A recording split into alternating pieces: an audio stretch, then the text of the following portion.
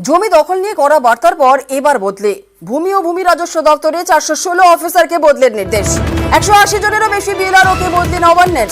মহকুমা এবং ব্লক ভূমি আধিকারিকদেরও বদলে।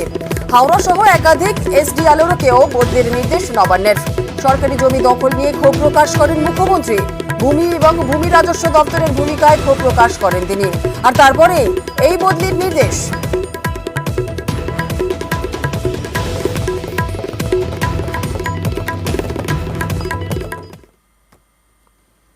বিজেপি বিরোধীদের আপত্তি জোরালো। অনুমতি ছাড়াই কেন্দ্রীয় এজেন্সির তদন্ত। এবার রাজ্যের আবেদন গৃহীত সুপ্রিম কোর্টেও। সেপ্টেম্বরে শুনানি। আর এই নিয়ে শুরু হয়ে গেছে রাজনৈতিক তরজা।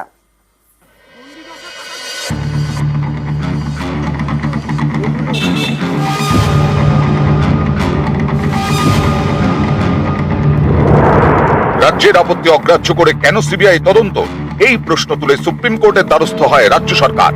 এ নিয়ে কেন্দ্রের যুক্তি খারিজ করে রাজ্যের মামলা গ্রহণ করল সুপ্রিম কোর্ট। সেপ্টেম্বরে হবে মামলার শুনানি।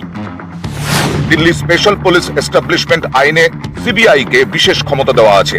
এই কেন্দ্রীয় গোয়েন্দা সংস্থা প্রয়োজনে সংশ্লিষ্ট রাজ্যে গিয়ে তদন্ত করতে পারে, কিন্তু সেক্ষেত্রে 3টি নিয়ম তাদের মানতেই হয়। এর মধ্যে অন্যতম সংশ্লিষ্ট রাজ্যের অনুমতি। 2018 নভেম্বরে পশ্চিমবঙ্গের বিধানসভায় একটি প্রস্তাব পাস হয়। এর মাধ্যমে সিবিআই তদন্তে ছাড়পত্র বা জেনারেল কনসেন্ট প্রত্যাহার করে নেওয়া হয়। পশ্চিমবঙ্গ সরকারের অভিযোগ, এরপরেও একের পর এক মামলায় রাজ্যের অনুমতি ছাড়াই এফআইআর করতে শুরু করে সিবিআই। রাজ্য সরকারের দাবি, এতে রাজ্যের সাংবিধানিক অধিকার খর্ব হয়েছে। এটা দেশের যুক্তরাষ্ট্রীয় কাঠামোতেও আঘাত।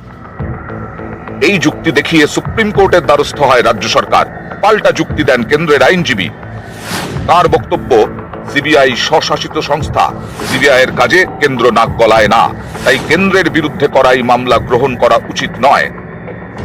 কেন্দ্রের এই যুক্তি খারিজ করে দিয়েছে সুপ্রিম কোর্ট। বিচারপতি বি.আর. গাভাই এবং বিচারপতি কে.ভি. বিশ্বনাথনের বেঞ্চ জানিয়ে দেয়, পশ্চিমবঙ্গ সরকারের অভিযোগের সপক্ষে যে যুক্তি, তার গ্রহণযোগ্যতা রয়েছে। মামলার শুনানি হবে সেপ্টেম্বরে। বিজেপি বিরোধীরা বারবারই দাবি করে, তাদের কোণঠাসা করতে কেন্দ্রীয় এজেন্সিগুলিকে রাজনৈতিক উদ্দেশ্যে ব্যবহার করেছে মোদী সরকার। তাই লোকসভা ভোটের আগে ইডি গ্রেফতার করে তেলেঙ্গানার প্রাক্তন মুখ্যমন্ত্রী কে চন্দ্রশেখর রাওয়ের মেয়ে কে কবিতাকে। লোকসভা ভোটের ঠিক আগে 2 অবিজেপি শাসিত রাজ্যের মুখ্যমন্ত্রীকেও গ্রেফতার করে কেন্দ্রীয় এজেন্সি। 21শে মার্চ আবগারি দুর্নীতি মামলায় গ্রেফতার করা হয় দিল্লির মুখ্যমন্ত্রী অরবিন্দ কেজরিওয়ালকে। এর আগে 31শে জানুয়ারি জমি দুর্নীতি মামলায় গ্রেফতার করা হয় ঝাড়খণ্ডের হেমন্ত সোরেনকে। আর পশ্চিমবঙ্গে তো একাধিক মন্ত্রী থেকে তৃণমূল নেতা একের পর এক গ্রেফতার করেছে ইডি, সিবিআই। এবার সেই সিবিআই এর তদন্ত নিয়ে পশ্চিমবঙ্গ সরকারের মামলা গ্রহণ করল সুপ্রিম কোর্ট। খারিজ করে দিল কেন্দ্রের আপত্তি। মাননীয় বিচারপতিরা বলেছেন, ভারতবর্ষের সংবিধানের যে যুক্তরাষ্ট্রীয় কাঠামোর কথা বলে, সেই যুক্তরাষ্ট্রীয় কাঠামোয় আঘাত হয়ে যাচ্ছে। Is a historic order. তদন্ত ঠিকভাবে পরিচালনা করছেন তারা বুঝতে পারবেন। পরে এটাই হয়তো কোর্ট বলে দেবে যে এত দেরি কেন, তামাশা চলছে নাকি, তাড়াতাড়ি শেষ করো, রুই কাতলা ঢোকাও এবার। আর কতদিন 2% 5%-এর গল্প শুনবে মানুষ? নিউজ 18 বাংলা।